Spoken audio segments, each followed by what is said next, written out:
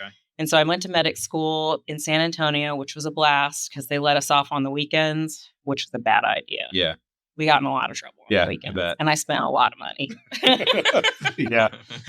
Anyway, so then this is back during the time period where you actually shined your boots in the Army. Okay. So you'd like sit down on the CTA.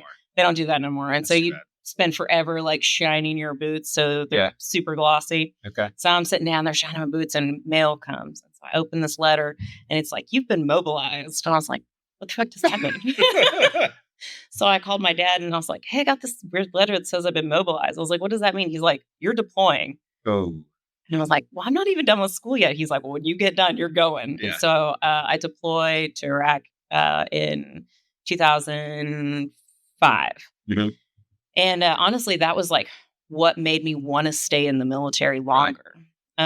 Something about it just went from being like this monetary benefit to something that I really felt like I was a part of and believed in. And so was it like the camaraderie or like what you had to offer? Like, you know, what was that really drew you back? So I think like you really get the full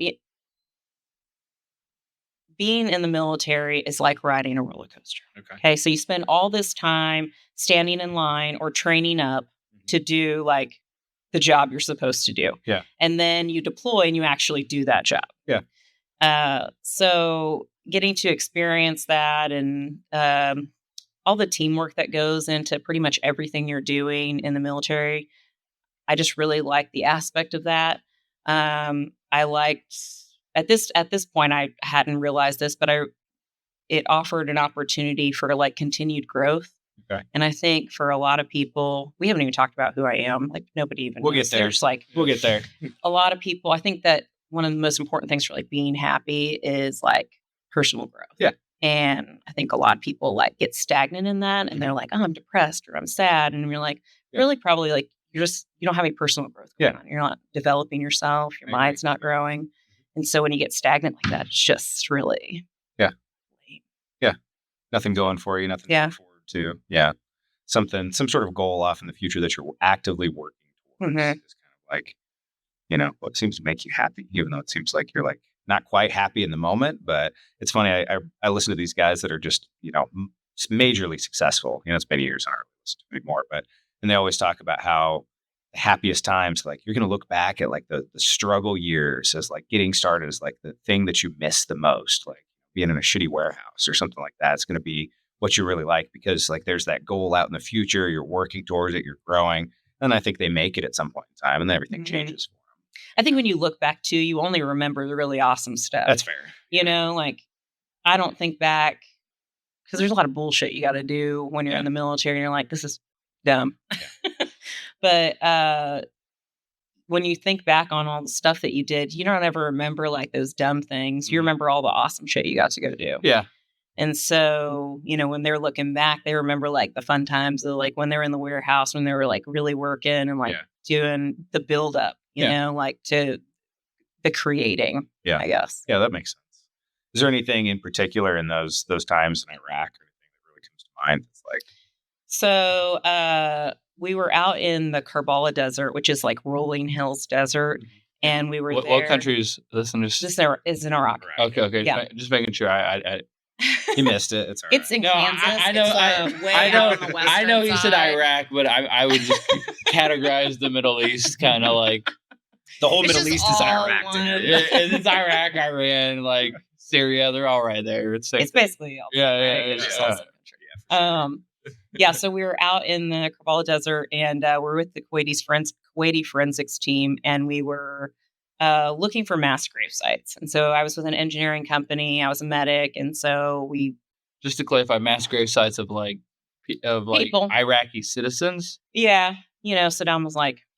Yeah. Okay. So you're basically like looking for evidence of like we're looking for the graves of the war crimes or the crimes against humanity of like Sudan or whatever. Correct. Okay. I just wanted to frame that because that's what I figured was happening, but to viewers, I wasn't sure if they were like picking up on that. So that's okay. It was a while ago, you know. People were like Iraq War. When was that? Yeah, WMDs. Remember? Yeah. So we're out there and we're basically have excavation equipment to like dig up and look for these graves. Anyways, but the really cool thing, there's a bunch of funny stuff that happened while we were out there. But the really cool thing when we got out there in the middle of this rolling desert, there's this like really small oasis where there's a spring that's coming up from the ground. And so there's no plants anywhere except for in this one small area that's got like all these reeds. It's got fish. There's like birds over there. Really? I mean, it's like this. It's not very. It's just but this little tiny oasis. Yeah. And then there was a camel herder that would bring his camels through to drink there every day. But we tried to let him like us to ride him, and he was like not interested in that at all. Yeah, that's too bad. So actually, while we were there, because we had. So the Kuwaitis forensics team was out there and they brought with them like a refrigerator truck. So they have like all this meat and then they would cook at night and they would usually invite us over to eat, which is where my lieutenant at the time. The Kuwaiti dishes? Yes, it was a lot of lamb. Okay. Straight camel? It did not have camel. Okay. We have a guy that works for us that had camel ice. It's disgusting. You don't want to try it. I would imagine it's kind of tough. Yeah, he's like tough and like real like hard to chew through. Like, I don't know, weird taste or something.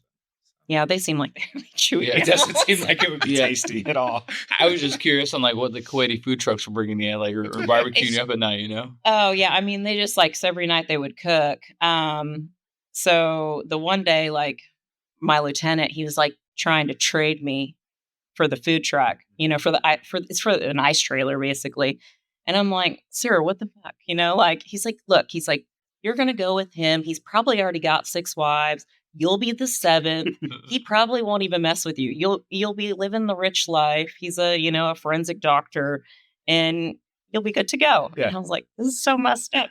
I was like, what are you going to do if somebody gets injured? He's like, we'll just throw him in the refrigerator truck. Like, this is bullshit. Anyways, but that also during that time period was when was it called Team America? Mm-hmm. What was that? World Police. It came out during that time period. Yeah.